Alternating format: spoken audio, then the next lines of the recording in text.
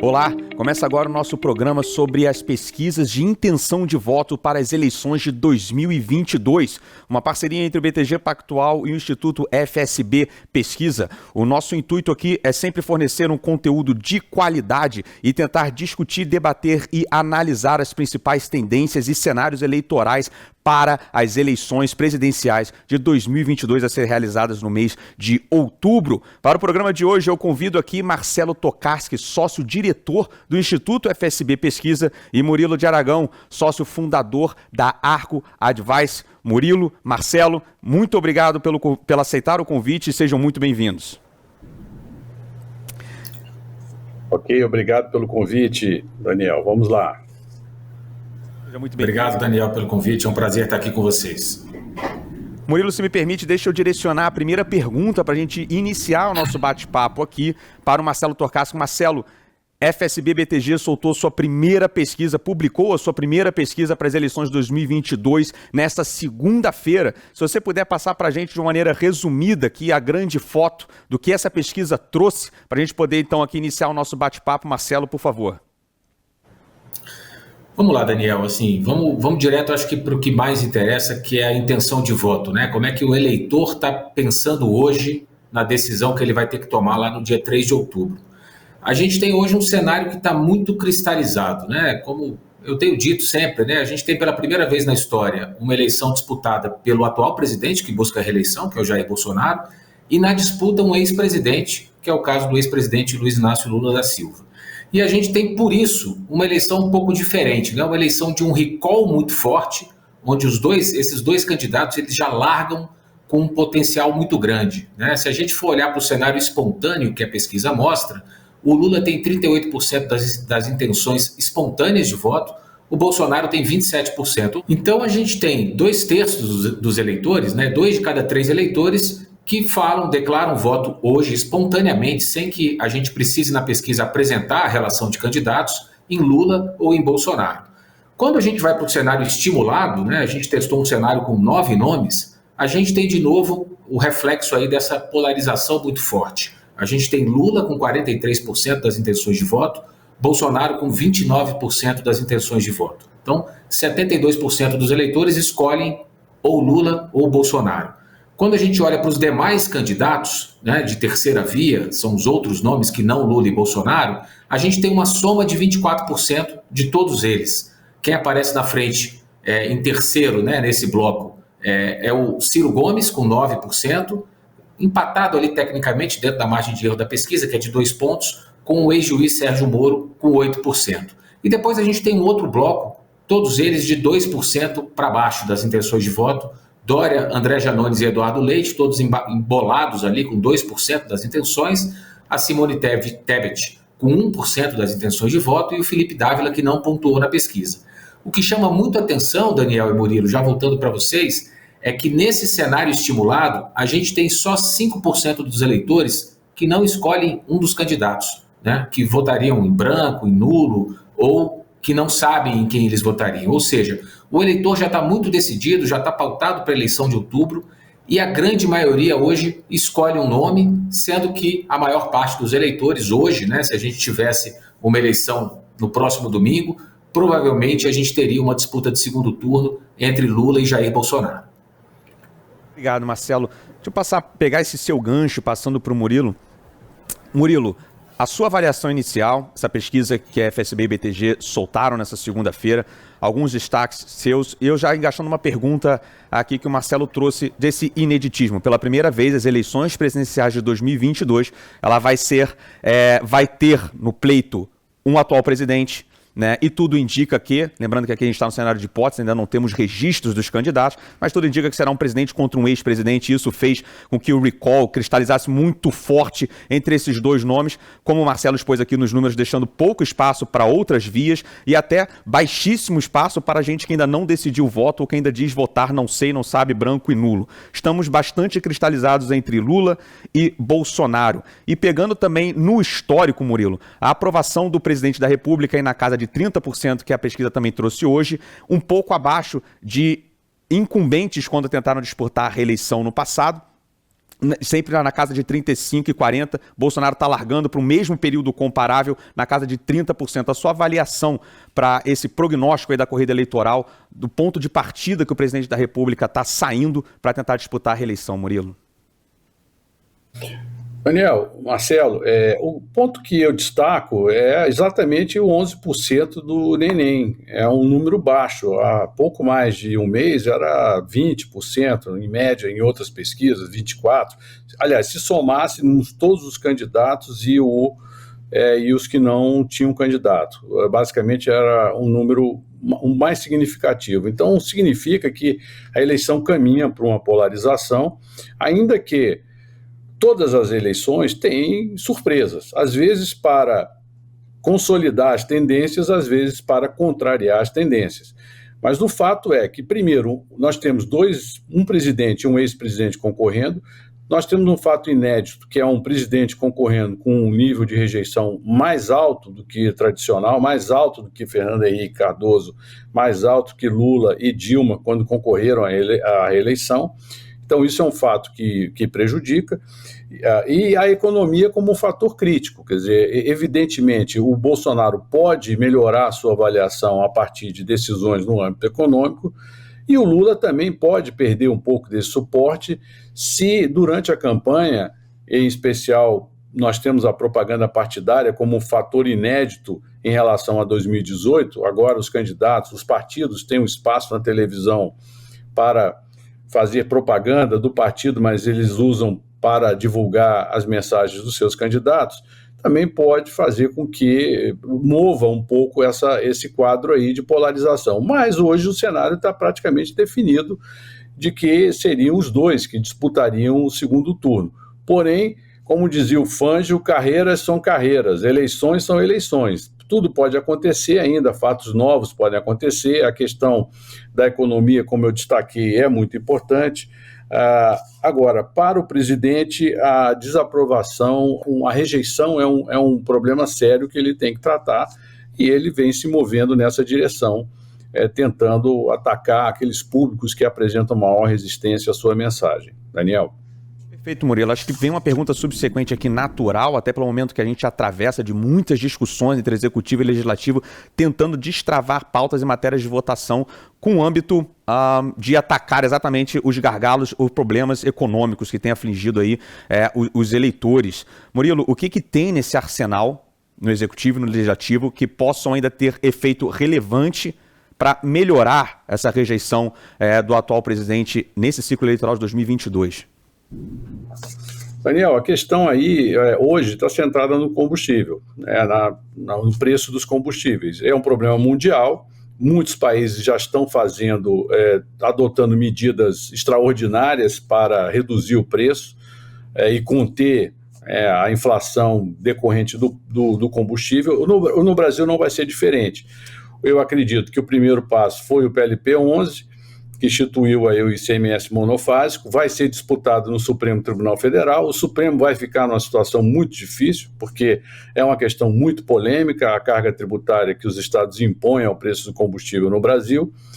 O governo também espera as negociações dos grandes consumidores de petróleo, em especial os Estados Unidos, no sentido de aumentar a produção no mundo. Há negociações em curso com Emirados Árabes, Arábia Saudita, e até a possibilidade de se comprar petróleo do Irã também. Então isso tudo poderia trazer um alívio no preço do barril do petróleo e, em consequência, uma redução no preço do combustível no Brasil.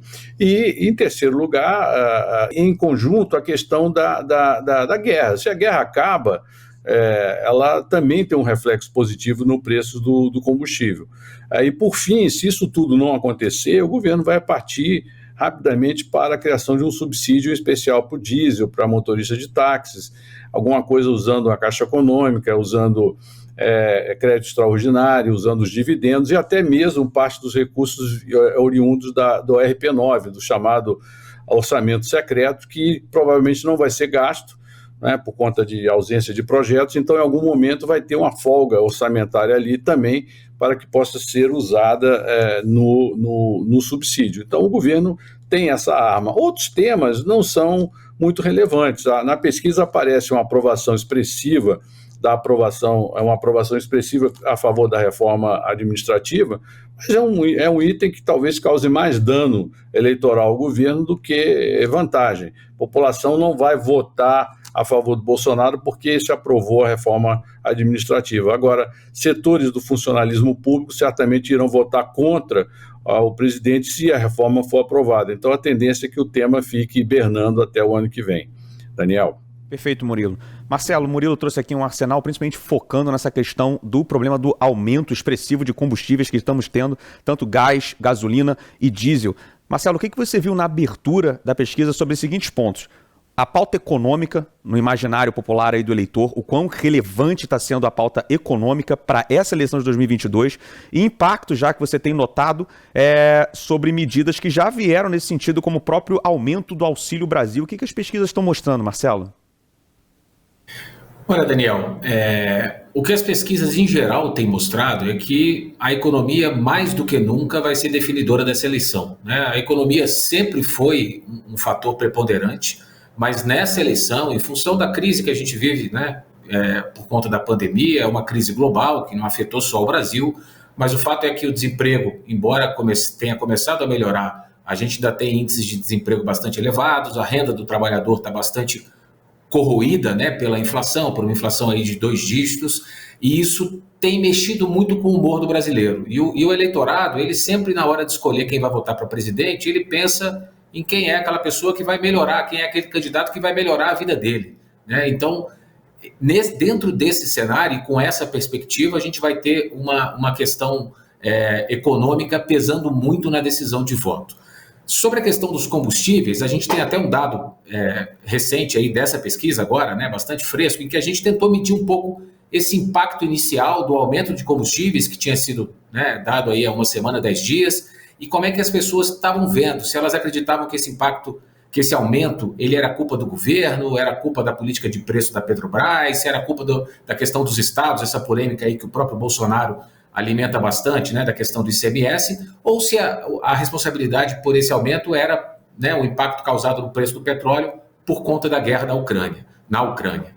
E aí a gente vê que, na verdade, há uma certa divisão, mas a gente tem mais gente culpando o governo, 29% do eleitorado responsabiliza o governo, 22% a política de preços, 21% os governadores. E só 18%, que é a menor culpa, vamos chamar assim, é dado aí em relação à questão do impacto provocado do preço do barril de petróleo, em relação, por conta aí dos desdobramentos da guerra da Ucrânia. Agora, o que é interessante de olhar esse dado é quando a gente cruza esse dado com a intenção de voto.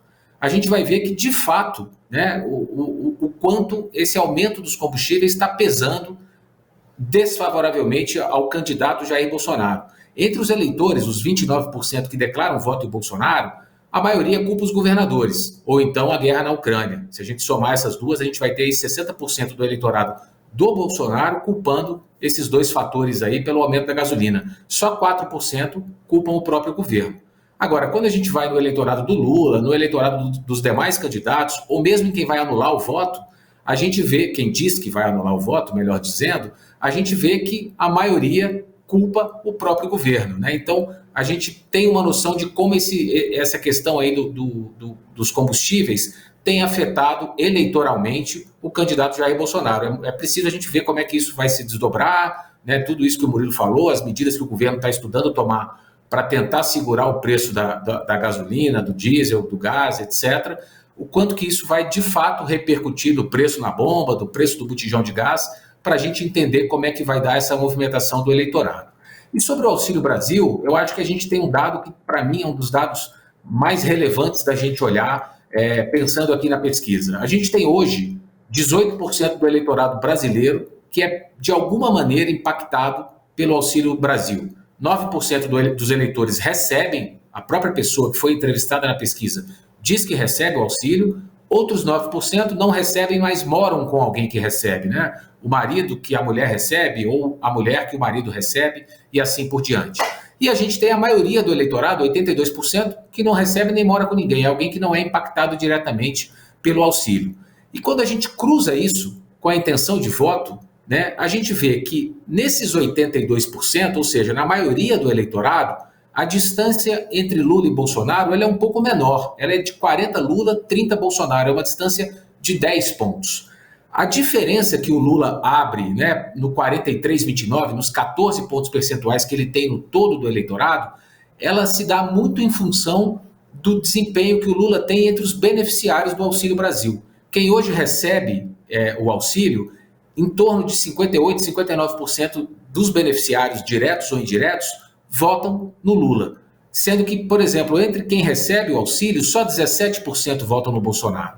Então, o Bolsonaro, como presidente, está pagando o Auxílio Brasil, mas como candidato, ele ainda não está ganhando, né, com isso. Ele não está ganhando votos nesse público, que é um público que sempre foi um público histórico aí do PT, principalmente de 2006 em diante, quando o PT instaurou o Bolsa Família. Né? Esse eleitor de baixa renda, que é o eleitor foco do Auxílio Brasil, ele é um eleitor que é muito voltado, muito lulista, por assim dizer.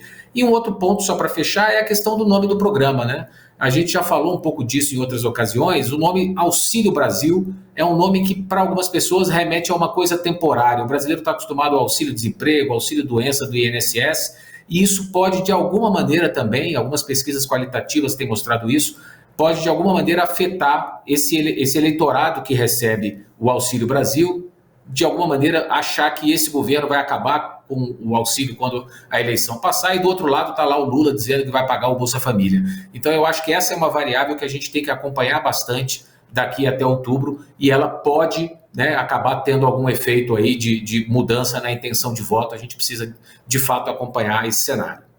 Tá, talvez só estressar esse último ponto seu, Marcelo, pegando uma fala que o Murilo trouxe na abertura dele. O Murilo trouxe realmente dois fatores inéditos que essa eleição já está colocando na mesa. Um é, provavelmente, um presidente disputando com um ex-presidente, que você já larga nas pesquisas, nas intenções de voto, com esses polos bastante cristalizados, diferente de outros ciclos eleitorais. E outro ponto que o Murilo trouxe é o patamar ou o nível de rejeição que o incumbente também está largando. Eu queria que você falasse, ou talvez até estratificasse mais essa rejeição do Bolsonaro, onde são os piores ou melhores estratos na sociedade, onde ele vai melhor, onde ele vai pior nesse nível de rejeição.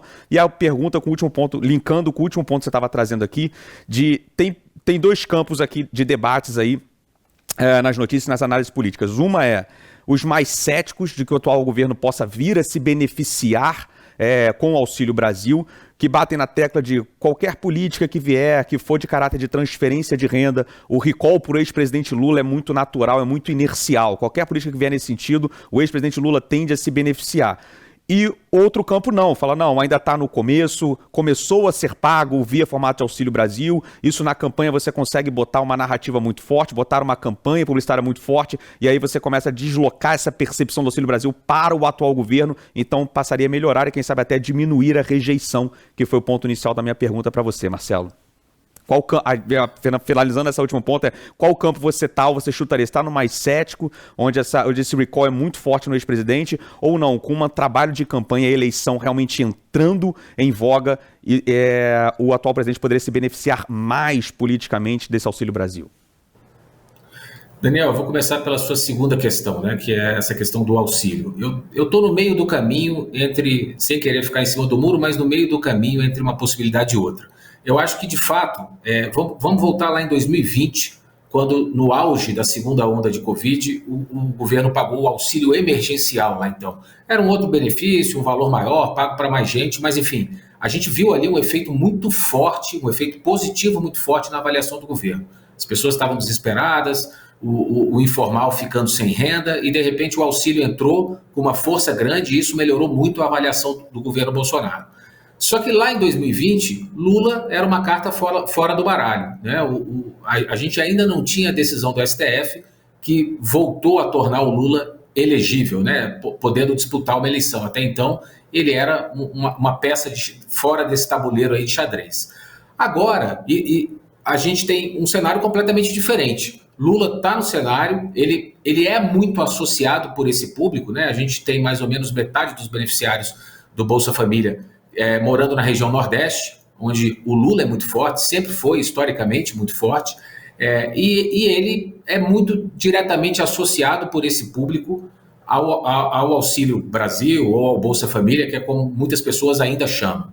Agora, por outro lado, é o que você falou, está no início, a gente está no terceiro ciclo de pagamento, ciclo mensal de pagamento, né? Vamos pensar que a pessoa estava em dificuldade, ela estava endividada, ela estava com a conta pendurada na mercearia da esquina, e aí ela recebe um recurso, ela vai regularizando a sua situação financeira até que isso entre de fato no consumo, né? E a gente tem pesquisas mostrando que esse dinheiro, obviamente, é uma injeção na veia do consumo, né? As pessoas não vão poupar esse dinheiro, elas vão comprar comida, roupa, etc.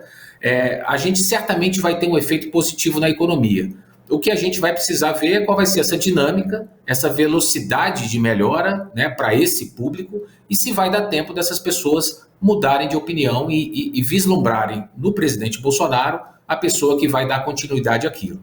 E para voltar na questão da rejeição, de fato, hoje a rejeição é talvez a variável central para a gente acompanhar. O Bolsonaro, ele está num patamar de 29% de intenção de voto, 29% de ótimo e bom. Se você pensar 2 anos depois de uma pandemia, uma crise econômica severa, você ter 29% de intenção de voto e de aprovação de governo, não é um índice desprezível, muito pelo contrário.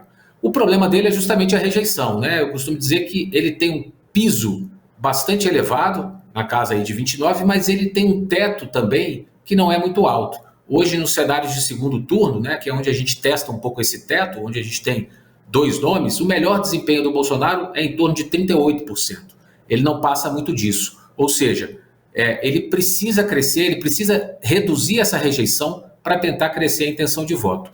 Hoje, ele é mais rejeitado principalmente no público jovem, na baixa renda e na região Nordeste, mas eu também chamo atenção para a região Sudeste, que embora tenha uma rejeição maior ao Lula também, é onde o Bolsonaro tem uma rejeição mais alta, e a gente está falando aqui na região Sudeste de 43% do eleitorado, né?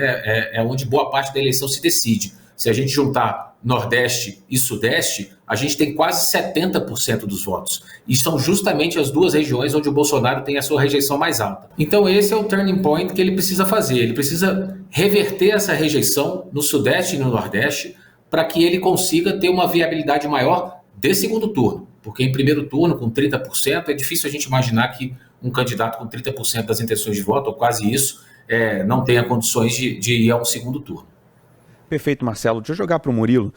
Murilo, eu vou pegar esse ponto aqui, esse ponto-chave, né, o que o Marcelo chamou aqui de turning point, e que você tinha levantado primordialmente, da rejeição muito alta. Para arrefecer essa rejeição, principalmente na região Nordeste e na região Sudeste. E eu vou linkar aqui também com o calendário eleitoral. 2 de abril é a data limite para descompatibilização de cargos para quem quer concorrer a algum cargo, seja do governo, seja de presidente da República, nessa eleição de 2022. E o próprio Bolsonaro recentemente disse que espera que 9 ministros se descompatibilizem, tá?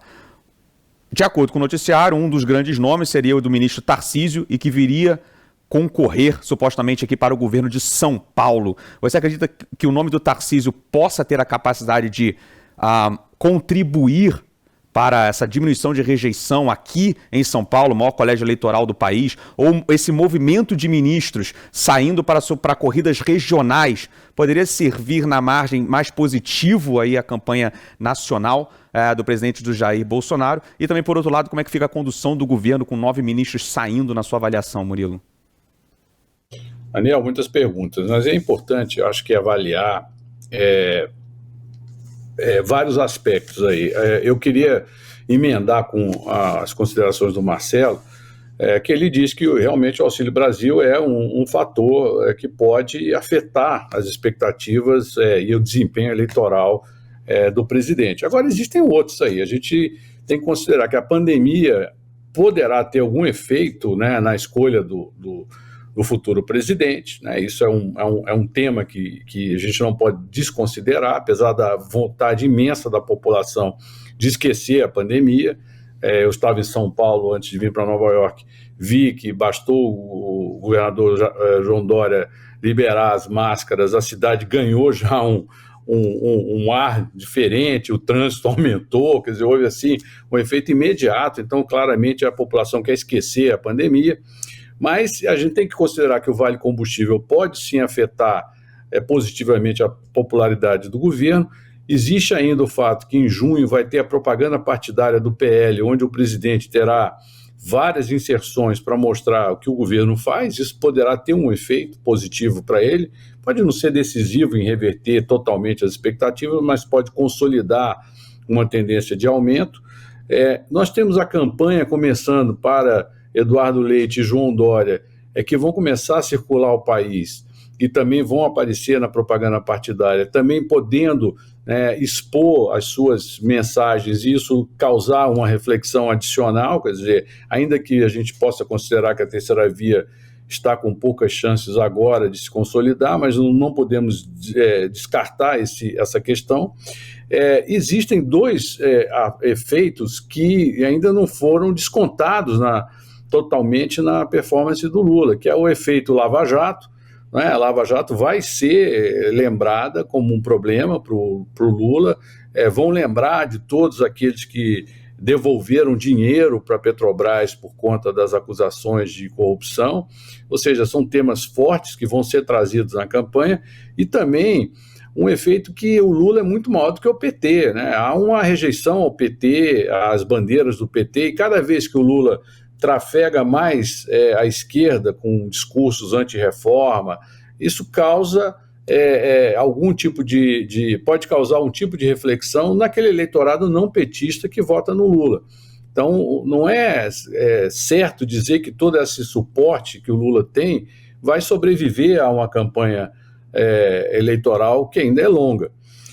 A outra questão exatamente se relaciona à sua pergunta, são os palanques estaduais. Na eleição de 2018, foi uma eleição atípica, porque a Lava Jato destruiu o mundo político.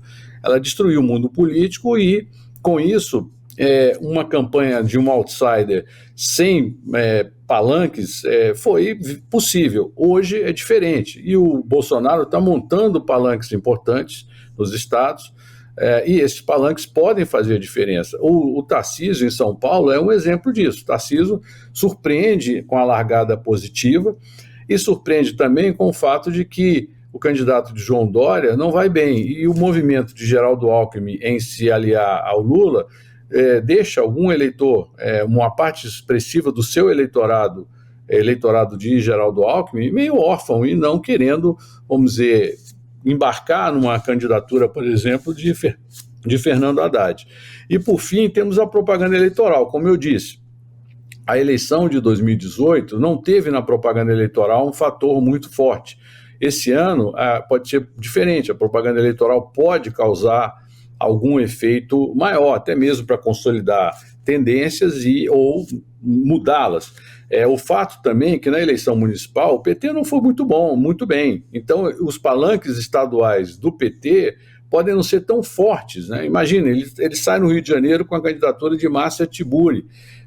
Não sei se a Márcia Tiburi termina trazendo votos para o Lula ou tirando votos do Lula no Rio de Janeiro. Então, são questões que é uma hipótese, evidente, não estou afirmando categoricamente, mas o fato é que a ausência de palanques fortes do PT pode fazer a diferença também. Claro que o PT disputa com muito dinheiro por causa do fundo eleitoral, mas isso é uma incógnita ainda se essa estrutura vai trabalhar efetivamente para manter o favoritismo do Lula. E, por fim, existe aí a União Brasil, que é uma incógnita, é um partido rico, grande e que a gente não sabe para onde vai. Esse partido pode se aliar a alguém e turbinar essa candidatura. Pode até mesmo se aliar ao Lula, pode até mesmo se aliar ao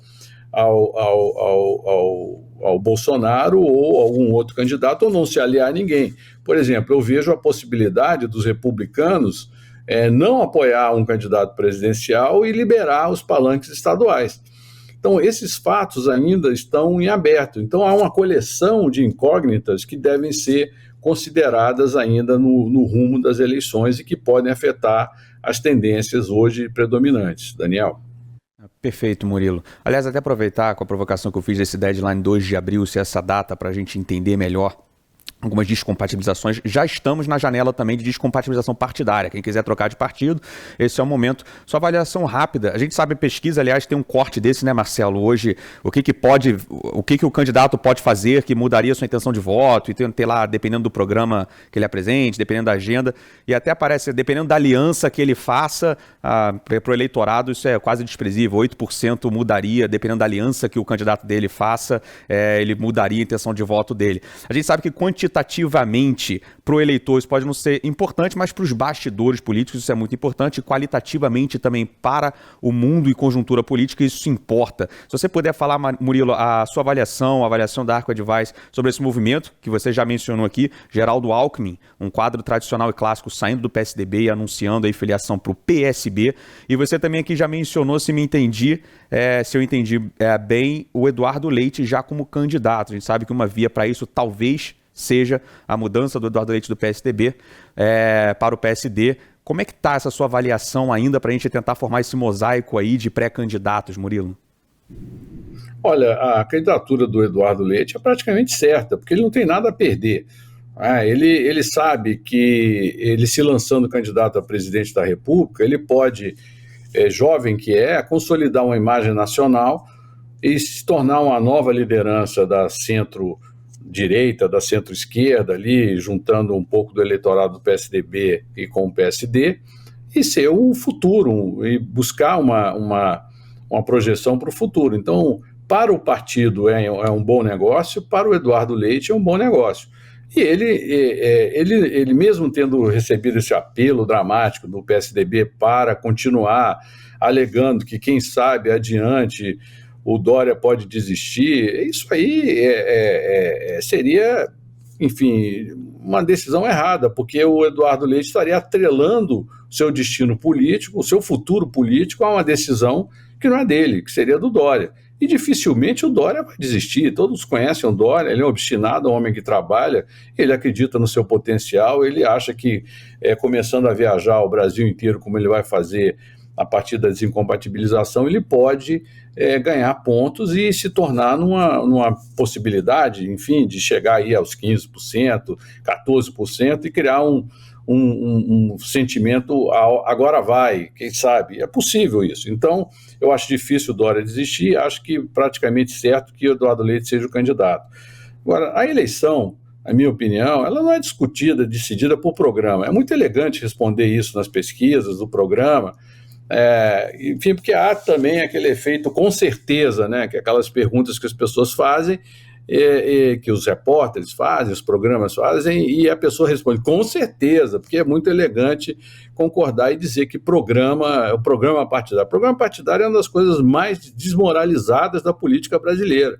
Estatuto, programa partidário são coisas que são feitas para cumprir a legislação eleitoral.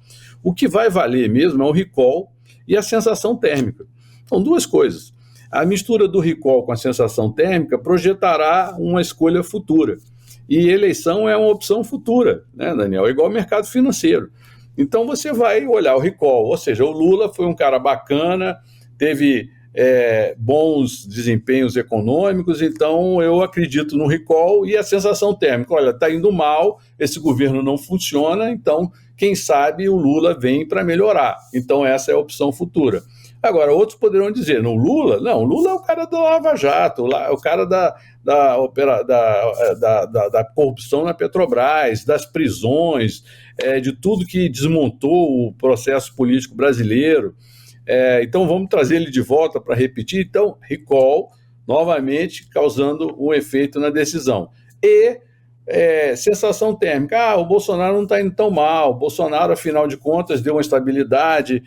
Por exemplo, o agronegócio pensa assim, diz, olha, o Bolsonaro deu condições políticas para o agronegócio se desenvolver, as invasões de terra diminuíram expressivamente, o Bolsonaro é um dos presidentes que mais deu títulos, que mais regularizou, praticou a regularização fundiária do país, ou seja, isso também foi um efeito que diminuiu a tensão no campo. Então, essa sensação térmica causada pelas políticas e de acordo com que tipo de pedaço de política você pega, ela vai determinar a sua é opção futura. Eu acho que programa partidário, apesar da resposta ser robusta, ela entra muito mais ali como um efeito de uma pergunta feita e uma resposta quase pronta, né, do que efetivamente a realidade. Para mim, recall e sensação térmica são os fatores decisivos.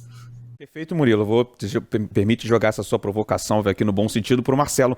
Marcelo, acho que em outras palavras, né, o que o Murilo disse, assim, pesquisas são instrumentos extremamente poderosos de monitoramento, mas também tem as suas limitações.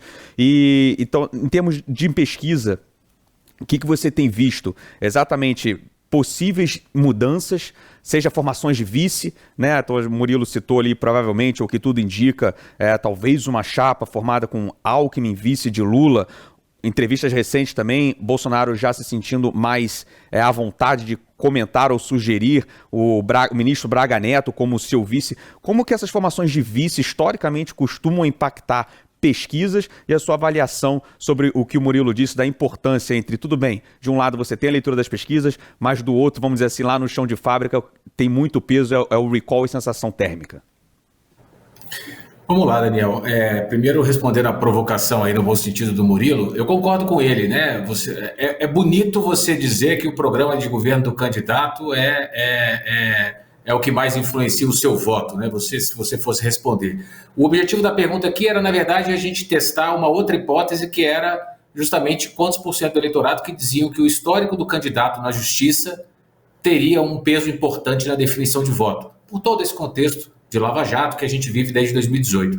E a gente nota que para 1/4 do eleitorado, eu estou arredondando, são 23%, mas em torno de 1/4 do eleitorado, que faz essa opção, né, de dizer que o mais importante é o histórico do candidato na justiça. Quando a gente cruza, o curioso é quando a gente cruza esse dado com a intenção de voto.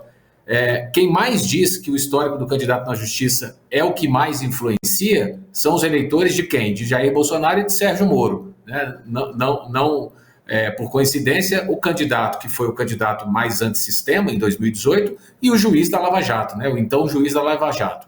Para todos os demais eleitores, seja eleitor do Lula, do Ciro, do Dória, do André Janones, do Eduardo Leite, enfim, essa questão do histórico do candidato na justiça não é o principal problema. Agora, a questão do vice, que você também me perguntou, aí eu não conheço uma pesquisa que mostre que quem é o vice de um candidato ou de outro, e aí tanto faz Braga Neto ou Geraldo Alckmin, né, para um ou para outro candidato, é o que influencia. O que influencia e o que a pesquisa mostra, eu estou concordando aqui com o Murilo, o que a pesquisa mostra é uma eleição de recall e é uma eleição de futuro. As pessoas estão com o recall de um presidente, de um ex-presidente, e elas estão acreditando que um ou outro dos nomes que estão aí na praça até hoje, você bem lembrou bem no início da nossa conversa, né? São pré-candidatos, esse tabuleiro ainda vai mudar, né? Tem peças que podem sair, tem peças novas que podem chegar, mas o fato é que o vice, ele não é uma coisa que o eleitor brasileiro presta muito atenção. Eu acho que, lógico, tem um efeito político,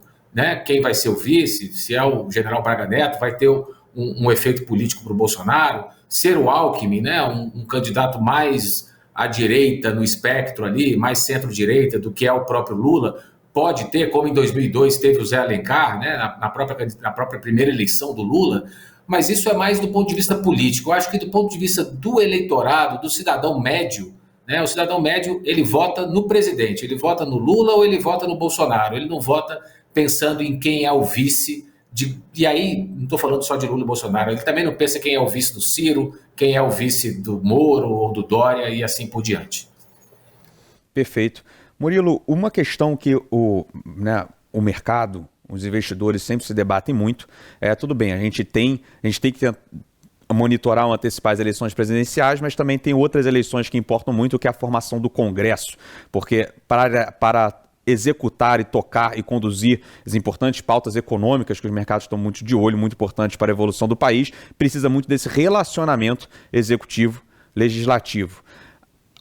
O consenso de mercado hoje é que o Congresso, o índice de renovação do Congresso, diferentemente do que foi da última eleição de 2018, deve ser baixíssimo. Seja porque dessa vez você não tem muito esse movimento no eleitorado, essa onda de antissistema, do novo ou do apolítico, ou seja também pelo tamanho expressivo aí de fundo eleitoral e fundo partidário que os partidos estão indo para essa eleição de 2022. Então, se a gente assumir como cenário base que o Congresso pouco se renova ou até se fortalece, ou esse centro ali de Congresso se fortalece, como que você vê a relação com o próximo presidente a ser eleito, fica livre aqui para as hipóteses de quem possa vencer, o que isso muda na relação do Congresso, dado que já começou já essa fricção, né? Recentemente, o ex-presidente Lula já apontando dedos ali para o atual presidente da Câmara, já até rotulando de o pior Congresso da história, e aí o ministro da Casa Civil, Ciro Nogueira, retruca Lula.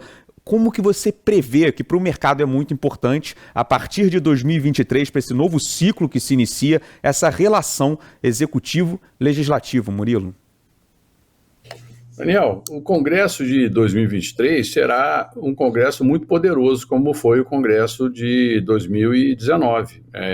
Esse Congresso é um Congresso que limitou medidas provisórias, que ampliou, aliás, mais poderoso até, porque ampliou o alcance da interferência do Legislativo na execução do orçamento da União, né, tanto com as emendas impositivas, que são mandatórias, as emendas orçamentárias, as emendas dos deputados que passaram a ser impositivas, quanto também a criação desse RP9, que dá ao relator do orçamento um poder de ordenar verbas. Então, isso é um ponto muito importante no equilíbrio, na relação do Legislativo com o Executivo. Outro fato também, que o presidente não é do Legislativo, esse outro fato, mas é importante, é que nós temos agora a autonomia do Banco Central também, que reduz o poder do presidente sobre a política monetária e a política cambial.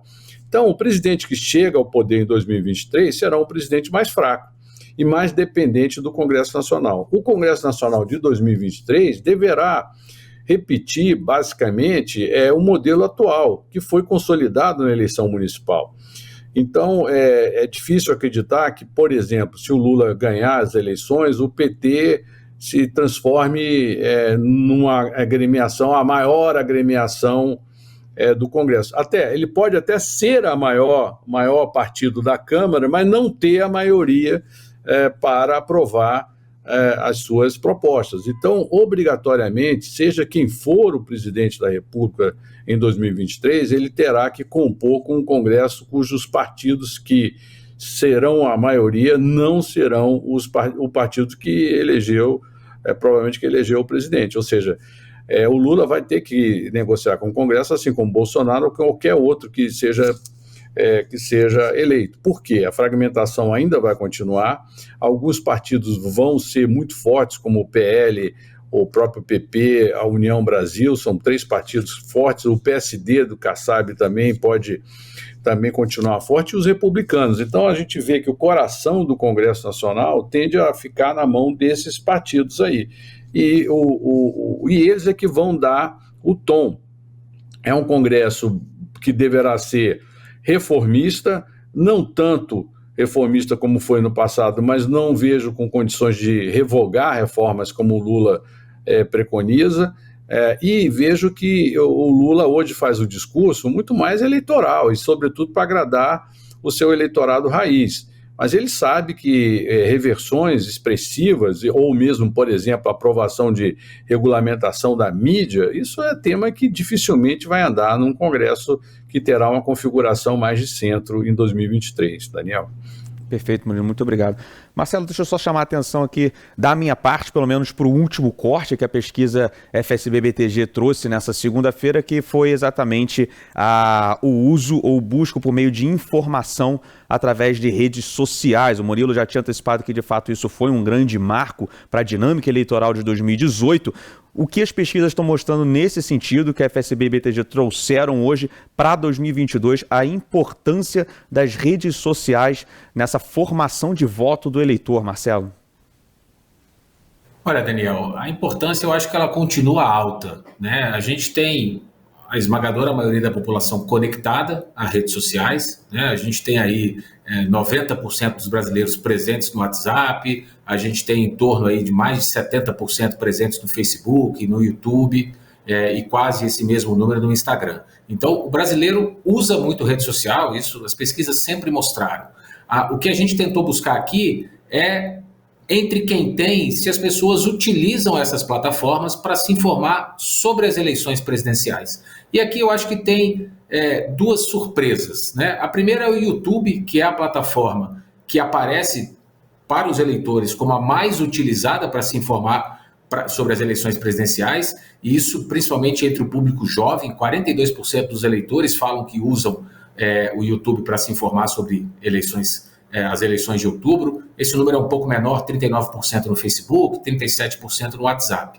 E na outra ponta, né, a gente tem o Telegram, que é uma rede que tá no centro de uma polêmica, né? Ela chegou a ser suspensa, agora foi liberada de novo pelo ministro Alexandre de Moraes, mas só 7% do eleitorado diz que usa o Telegram para se informar sobre as eleições. 29% dos brasileiros têm hoje um perfil no Telegram. E quando a gente, agora é curioso sempre, né? Eu gosto sempre de ver esses dados pelo perfil do eleitor. E a gente vai ver que o eleitor do presidente Bolsonaro, ele se mantém como o eleitor que usa mais essas redes, né? Esse cruzamento mostra que todas as redes, elas são mais usadas pelo eleitor do Bolsonaro do que pelo eleitor do Lula, do que pelo eleitor dos outros candidatos. A única exceção é o TikTok, mas na verdade porque o Bolsonaro ele tem uma rejeição mais alta no eleitorado jovem e ele tem poucos jovens que são, em sua maioria, né, os usuários dessa rede social, e aí por isso só 13% dos seus eleitores se informam sobre as eleições no TikTok. No caso dos eleitores do Lula, que é um candidato mais forte nas intenções de voto nesse público aí de 16 a 24 anos, esse percentual chega a 20%. Mas o fato é que, na minha avaliação, as redes sociais, elas podem até não ter o mesmo peso que a gente viu em 2018, mas elas certamente continuarão tendo muito peso, até porque essa discussão de rede social, mídia, não existe mais, né? A rede social, ela está em tudo, ela virou a conversa de bar, ela virou a conversa das famílias, e a gente imaginar que o eleitor está blindado disso seria uma ingenuidade, né? O conteúdo que um jornal publica ou que uma TV dá no seu telejornal, ele, em 2 segundos, a gente está vendo aqui com a nossa própria pesquisa, né, Daniel? Assim, a pesquisa está no noticiário e, de repente, ela inundou o Twitter, as redes sociais de políticos, de usuários comuns, etc., que estão comentando os resultados. Então, essa barreira não existe mais, a gente não tem mais que pensar em rede social de maneira separada. A rede social é mais um meio de informação que o brasileiro, sim, usa para se informar sobre política. Perfeito, Marcelo. Murilo, vou encerrar com uma última pergunta, uma pergunta comum aos dois. Deixa eu começar com o Marcelo aqui para já pegar a sequência dele. Próximas pesquisas, FSB, BTG. Marcelo, o que você estaria olhando? O que é aquela coisa de você receber os dados, que no caso é verdade, é você quem recebe os dados. Qual é a primeira coisa que você puder ir lá e buscar e ver na margem o que está mudando, o que está acontecendo, o que seria isso? Qual é o próximo, então, ponto que você quer observar nas próximas pesquisas FSB, BTG? Murilo também. Marcelo, começando com você. Daniel, eu acho que é importante a gente observar algumas variáveis, né? As segmentações de voto, né? Como a gente falou, para o Bolsonaro crescer, ele precisa mudar o cenário que ele mesmo tem de rejeição nas 2 principais regiões, em termos principais que eu falo, em termos de tamanho do eleitorado, Sudeste e Nordeste. Ele tem rejeições muito altas em quase 70% aí dos votos totais aí do eleitorado brasileiro. Então, a rejeição tem que ser observada.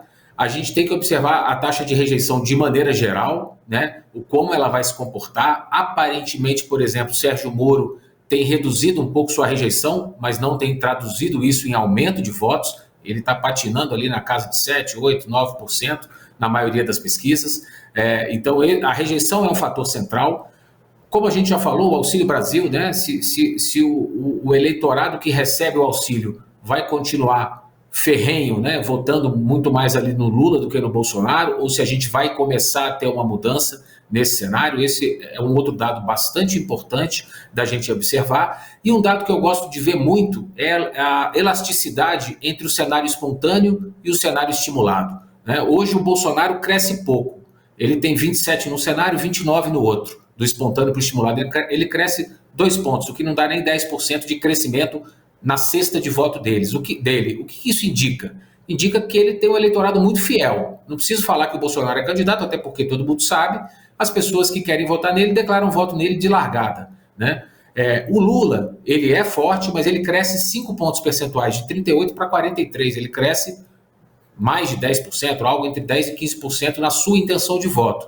O que isso indica? Ele tem um recall forte, mas quando eu digo para o entrevistado que o Lula é candidato, mais gente passa a fazer essa opção. Então, essa elasticidade a gente precisa ver. O normal é que, à medida que a eleição se aproxime, né, essas duas variáveis, voto espontâneo e voto estimulado, eles vão se alinhando, porque lá no dia 3 de outubro, quando o eleitor for no colégio eleitoral votar, ele não tem ali uma lista, ele vai na cabeça dele e é um voto, na prática, espontâneo. Então, de maneira geral, tem várias outras variáveis, a economia, combustíveis, etc., mas, de maneira geral, em termos de pesquisa, eu acho que são essas 3 variáveis que, nesse momento, a gente tem que ficar de olho. Perfeito. Murilo, próxima pesquisa FSB-BTG, o que seria o seu principal foco para receber a pesquisa, abrir lá e olhar? Olha, primeiro o neném, né? Aqueles que não declaram votos ao Bolsonaro e ao Lula. Isso é um fator crítico para examinar se a polarização continua se consolidando ou se já apresenta uma inflexão. A segunda coisa é o efeito da inflação, e aí tem a ver direto com a questão dos combustíveis. Então, se a inflação e o preço dos combustíveis continuarem a subir, né, isso então pode, obviamente, ter um impacto no desempenho do Jair Bolsonaro. E a terceira coisa é aquilo que o Marcelo disse, é o Auxílio Brasil, se vai ter um efeito para reduzir a sua rejeição, a rejeição de Bolsonaro no Nordeste. O Nordeste é um campo crítico, apesar de que quem vai decidir a eleição é o Sudeste, mas o Nordeste é crítico. Se o Bolsonaro consegue reduzir a resistência lá, ele pode ter alguma esperança de empatar o jogo ainda mesmo no primeiro turno, ou de chegar perto de empatar o jogo ainda no primeiro turno. Mas ainda tem jogo para ser jogado, como eu disse. Perfeito. Murilo de Aragão, CEO da Arco Advice Pesquisas, Marcelo Tokarski, sócio-diretor do Instituto FSB Pesquisa, muito obrigado pela participação. Um grande abraço e a todos do BTG, até a próxima.